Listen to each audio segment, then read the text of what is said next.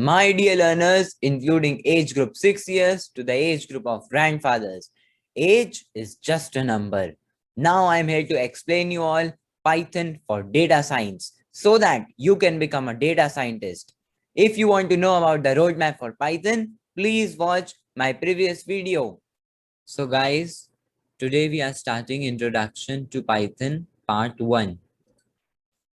The topics to be covered in this video are what is programming and why is it required, low level versus high level programming languages, why English is not used as a programming language, what is Python, compiler versus interpreter, why learn Python, features of Python, IDEs and related terminologies, installing Anaconda and using Jupyter Notebook.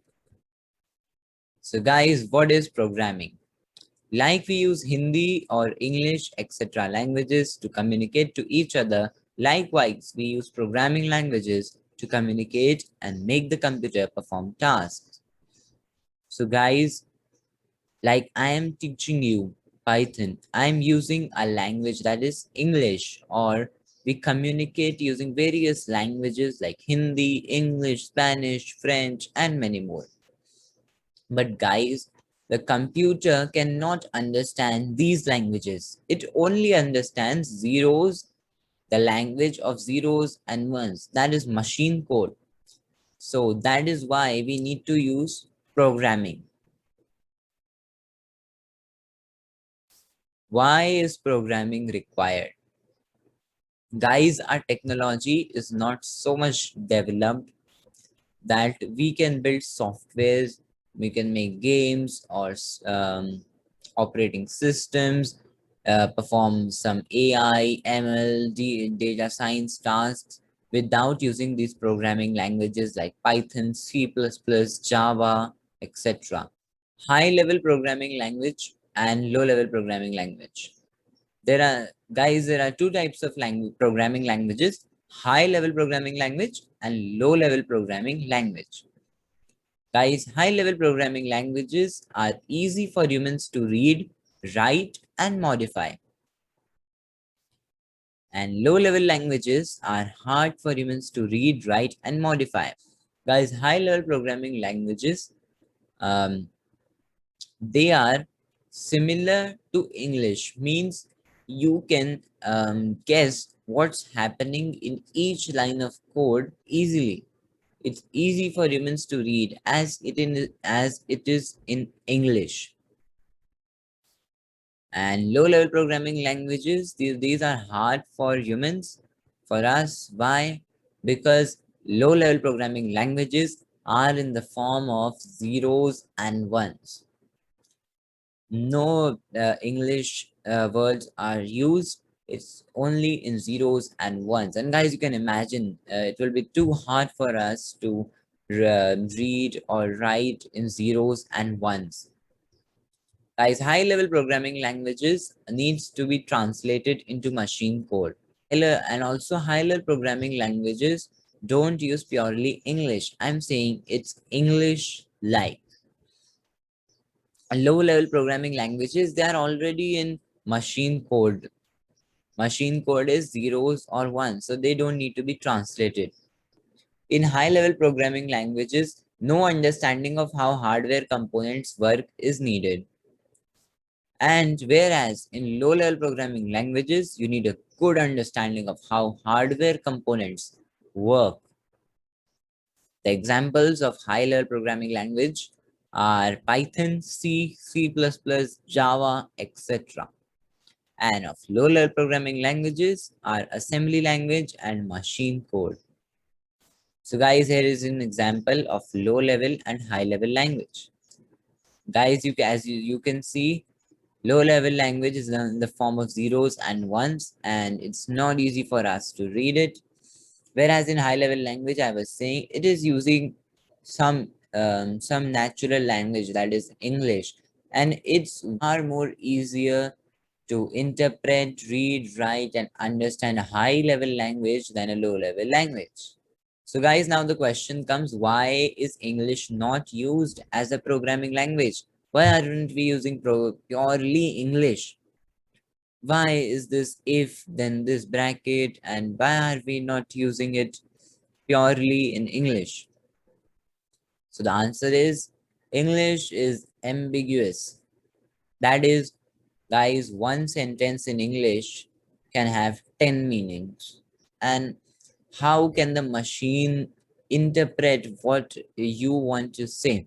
So, guys, an example is if you tell the machine, bring me a glass of water. So, you wanted to say that bring a glass filled with water. And what the machine did, it brought a empty glass, which is used to drink water. So, you can see the machine is not able to interpret what you want to say.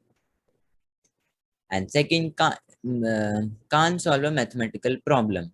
Consider if you want to perform linear algebra or trigonometry. In English, you just need to write it in English. No use of maths, and it will be very hard to write that, read it. So you can't solve a mathematical problem. Difficult grammar. Guys, English has a very difficult grammar than our high level programming languages. Guys, in high level languages, the syntax are very easy than the syntax than the grammar of English. Guys, many people are there who don't know even how to write or speak in English, but they are very good programmers. So that explains that why English is not used as a programming language. What is Python? Python is a general purpose, high level, both compiled and interpreted language with easy syntax. So guys, what is a general purpose language? A general purpose language is a language that is used in many domains. Like Python is used for game development, web development, software development, artificial intelligence, data science, machine learning, deep learning, and many more fields. High level, Python is a high level language, both compiled and interpreted language. Guys, we'll see this in a minute. With easy syntax. Guys, Python has a very easy syntax as compared to other languages like C, C++, Java, etc. Why? Because it's very easy. You can guess it by just seeing the statements in Python. It is English like, so it has an easy syntax and it's very easy to remember it. So guys, after we have written the program, we need to translate it into machine code as we are using a high level programming language, Python. So the tools used for translating high level programming language into machine code are compiler and interpreter. Now some languages use only compiler and some only use interpreter, but Python uses both of them. So I'll explain you the working of a compiler and an interpreter with an example. So, for example, I am conversing with a French person, and the French person doesn't understand English, and I also don't understand French. So we need a translator, a person to translate our statements into French and English. So consider there's a person A who is translating our statements. So there are two ways he translates our statements. So in the first way, what the person A did is that he listens to all the statements that I spoke and then he translates it into French. For example, if I speak, I am Parth, I am from India, I teach data science. So first it listens to all the statements and then he translates it into French. So the working of a compiler is similar. Okay, so what the compiler does is that it scans the entire program and then it translates it as a whole into machine code. And the second way the person translated is that he trans and the second way is that he translated statement by statement. That is, for first I spoke, I am Parth. So he translates I am Parth into French. And then he translates statement by statement. So similar is the working of an interpreter. The interpreter translates one statement at a time into machine code. The overall execution time of a compiler is fast as compared to an interpreter, and the execution time of an interpreter is slow. You can guess it from the example, as if the person A, in the first way, he listened all my statements and then he translated it into French, so the time taken here will be less. And if he translates statement by statement, that it will take more time. Okay, so how is Python both a compiled and a interpreted language? So the step one is that Python compiler scans the source code, and if no errors are encountered, it moves to the next step. The source code is the code that you have written. So what the compiler does, first it scans the source code, and if no errors are encountered, then it moves to the next step. The step two is Python compiler converts the source code into bytecode. Okay, guys, it converts the source code into bytecode. Then step three, since computer does not understand bytecode, computer also doesn't understand bytecode. So PVM, Python virtual machine, which is an interpreter, converts the bytecode into machine code. So guys, what are the advantages of both being a compiled and interpreted language? Is that if we use only compiler first, consider if we only use compiler, we will have speed, the program will execute or run fast, but not portability. That is, if you switch from Windows to Mac to and from Mac to Linux operating system, you will not have portability. You cannot run the same code there. Okay. And if you only use interpreter, then will have portability, but there the execution time will be slow, the execution will be very slow. So using both compiler and interpreter, we compromise between speed and portability. So now why learn Python? Guys, Python is easy to learn, as the syntax of Python is very easy. You can guess what is happening in all the statements. It's not very complex. Okay. Python is versatile. That is, it is used in various domains: game development, software development, artificial intelligence, data science, etc. And it's free and open source. You can download it for free. And the first of all, I want to tell you that Python has various libraries. What are libraries? A library is a tool that performs a specific function in Python. Okay, so if we do not have libraries, we will have to write many lines of code in Python. Okay, and library solves that issue by making so that we don't have to write many lines of code. So what does open source mean here? That you can contribute to those libraries. Okay, and you can also make your own libraries, so that is open source. Okay, and as it is free and open source, it has a very large community. Python has a very large community. So if you have any questions, you Google it and you will get the answer. Features of Python. Python is an object-oriented programming language. Guys, what is an object-oriented programming language? We will cover in upcoming videos. Okay. And Python is a portable language. That means that you can run Python on Windows, Linux operating system, Mac operating system. Use the same code that you consider. If I wrote some program in Python, then in Windows, then I can run the same file, the same program in Mac operating system and other operating system also. So that is, Python is a portable language. GUI programming support. Guys, GUI is graphical user interface. What is a graphical user interface? It is an interface where the user can communicate to the electronic device, or say the machine, the computer, by use of graphical icons, buttons, etc. rather than using text, rather than a text-based interface or command-based interface. Example, Windows operating system, Mac operating system, Android, etc. So what does so this is what is a graphical user interface. So GUI programming support means you can develop graphical user interface applications using Python. Okay, Python is an integrated language. That is, you can integrate Python with other languages like C, C++, Java, etc. So guys, Python is dynamically typed language. That means, like in Python, we have variables. In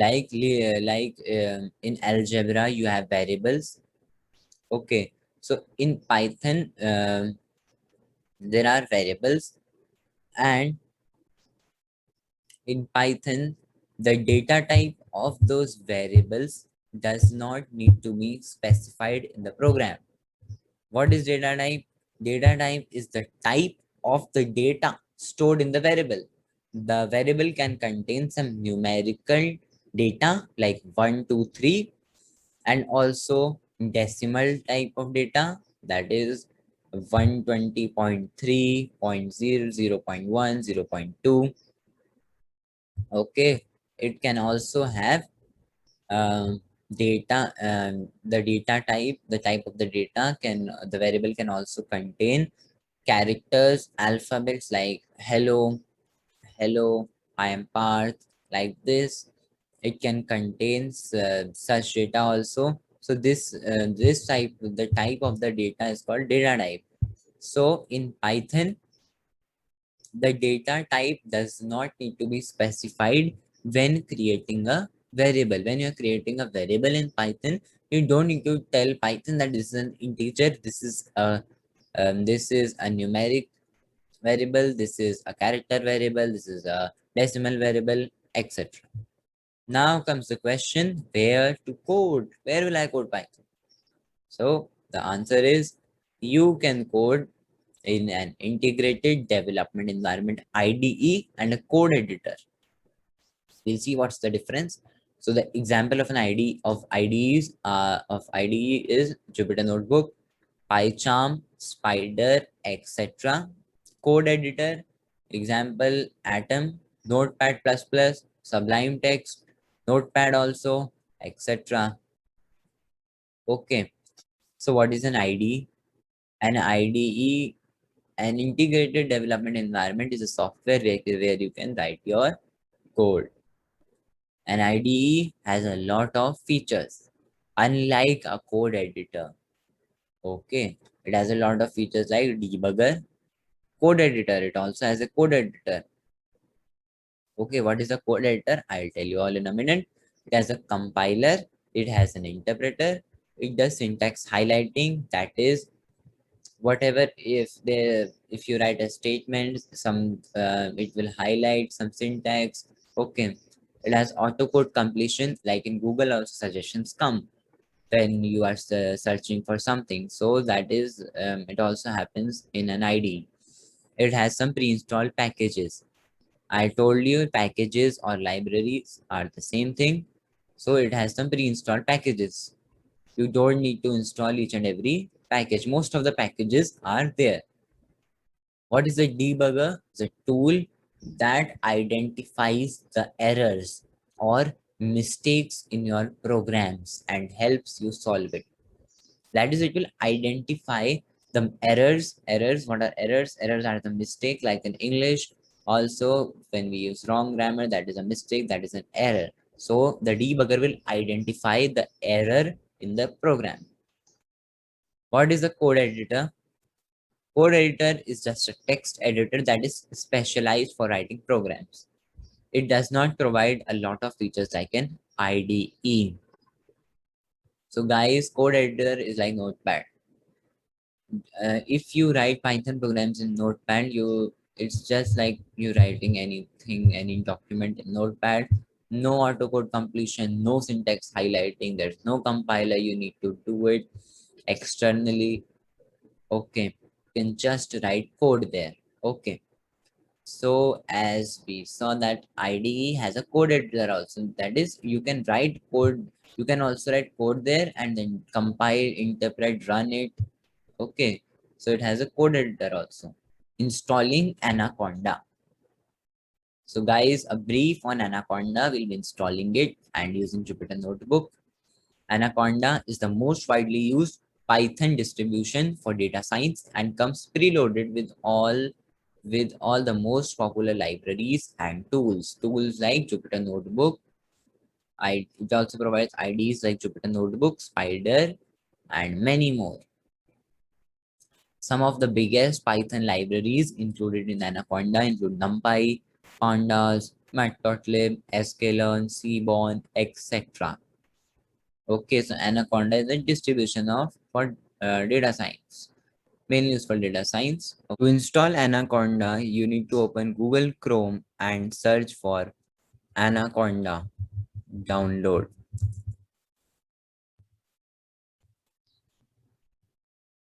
So the first link that will come up, you have to open it, individual edition Anaconda.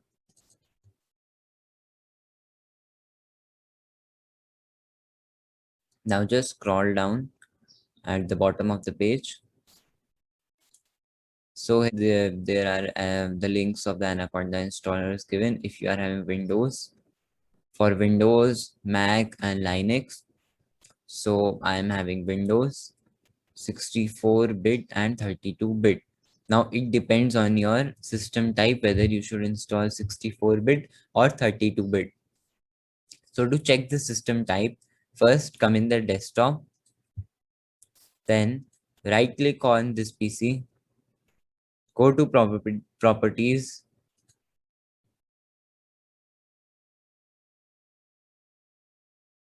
and here it is system type 64-bit operating system. So mine is 64-bit operating system. So I'll install the 64-bit version. This one. If you are having 32-bit, you should install this one. And for Mac and Linux, these are the links. Okay. So let us install it.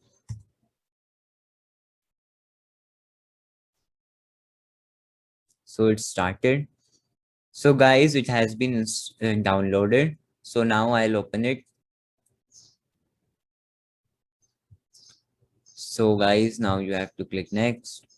Agree to the license. Then I would recommend you to install it just for me. Then comes you select the destination folder. You can keep it default only or you can change it. So I am changing it.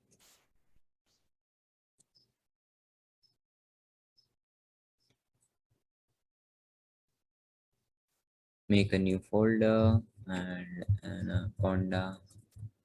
Okay. So click next. And then now comes advanced installation options. So here there are two boxes. So if you have not installed Python in your system and you're installing Anaconda for the first time, so you must check this also and this also. As I have installed it previously, so I'll uncheck this and only check this one. Okay. So then click on install. So it will take some time to install, guys. So guys, now the installation is complete. So click on next. This also click on next and uncheck this and finish it. So to open the Jupyter Notebook from Anaconda, you need to search here for Anaconda Navigator. So this is coming here, Anaconda Navigator. Just open it.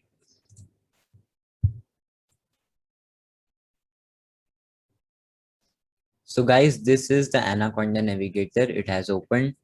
So guys, Anaconda Navigator is also an example of a GUI. It's a graphical user interface from where you can launch various IDEs, these are IDEs like Datalore, IBM Watson Studio Cloud, Bluebiz, Jupyter Lab, Jupyter Notebook, PyCharm, etc.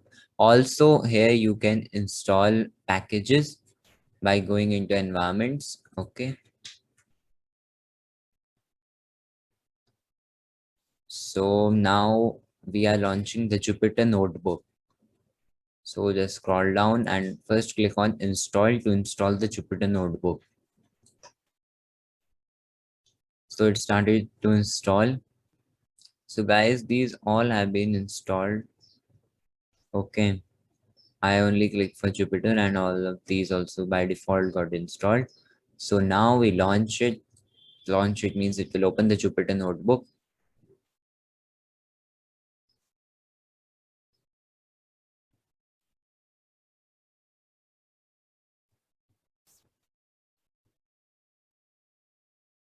So guys, the Jupyter Notebook has opened.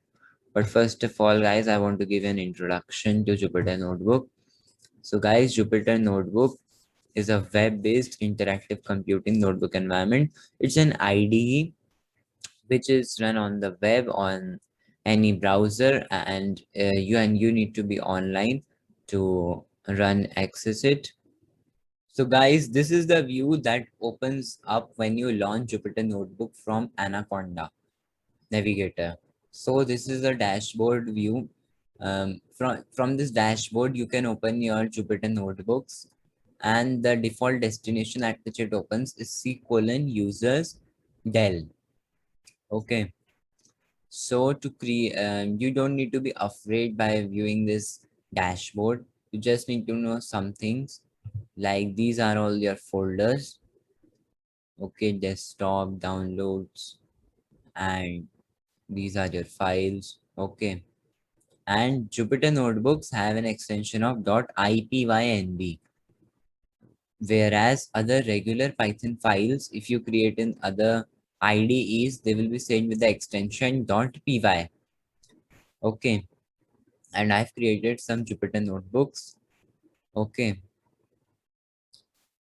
you don't need to know about this running and clusters. Okay, and from new, and to create a new notebook, Jupyter Notebook, we call it, go to new Python 3. Okay, so this will create a new notebook.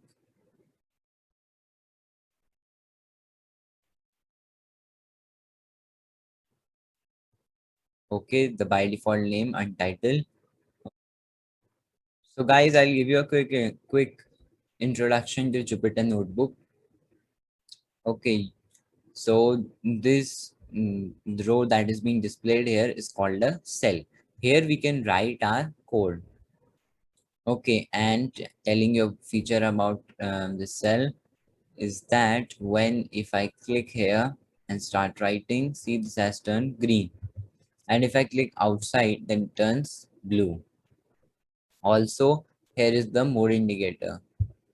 If I click it, then see here pencil icon has come. This shows that at this moment I am editing or I'm writing in the notebook. So this is the edit mode. And now if I click outside, so it goes away. So this is mode indicator, you can say. Also, this is turning blue when I'm not writing anything. And if I start writing anything, it turns green. Guys, this is the menu bar. This where file, edit, view options are coming. And here, this is where many buttons are coming. This is the toolbar. Okay. So here the file name is displayed. So if you want to change the file name, just click here and enter the name of the file which you want to keep. Like I want to keep introduction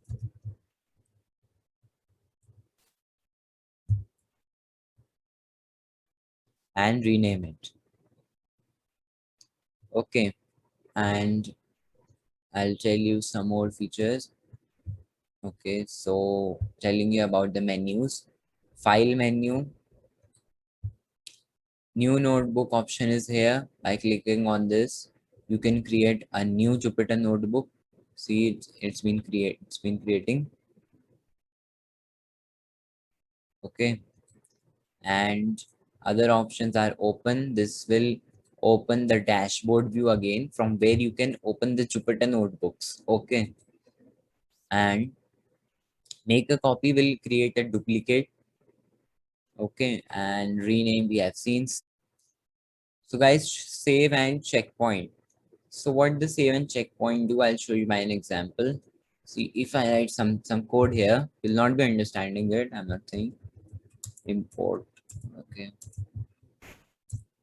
and if I run it, we run it from this or from here, and when it's running, it shows a star symbol here. Okay, and see, one has come.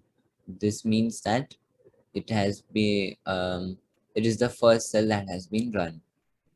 And now if I do save and checkpoint, see a checkpoint created at this point of time.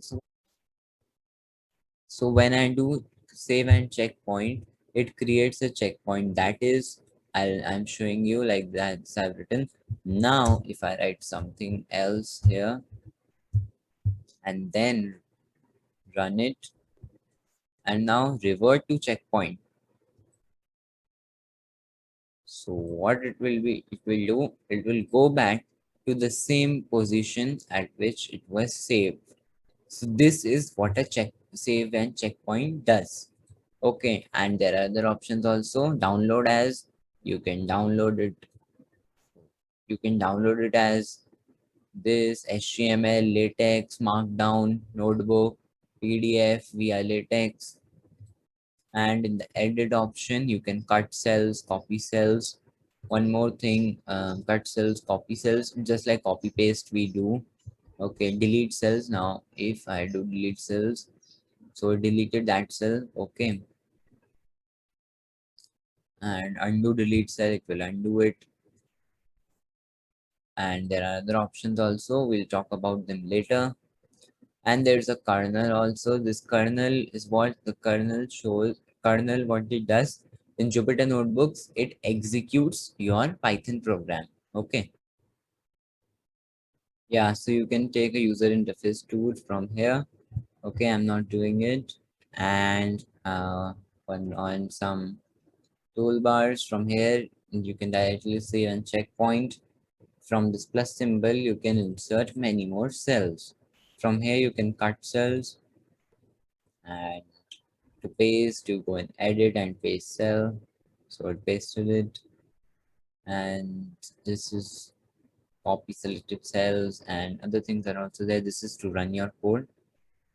And one more feature I would like to tell you, like if I've selected this cell, and if I go here, this shows the mode of the cell.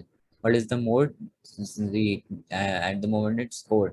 This means that this cell is in the form of a code. Only code is being written and will be executed. Now if I do it markdown and if I run it, it is displayed as pure text. Okay, it is not being run as a code. So markdown is what? Markdown is here. Markdown is coming. Markdown is just plain text.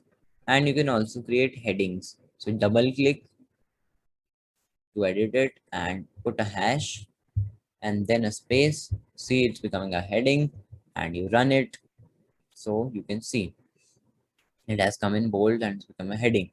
Now if you want to decrease the font size, just double click on it, increase the number of hash, and see it's decreasing. Okay, and run it. So this is it.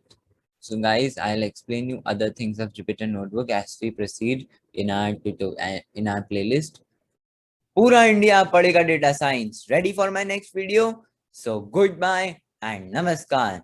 Please like, share, comment and subscribe to my YouTube channel. Don't forget to press the bell icon.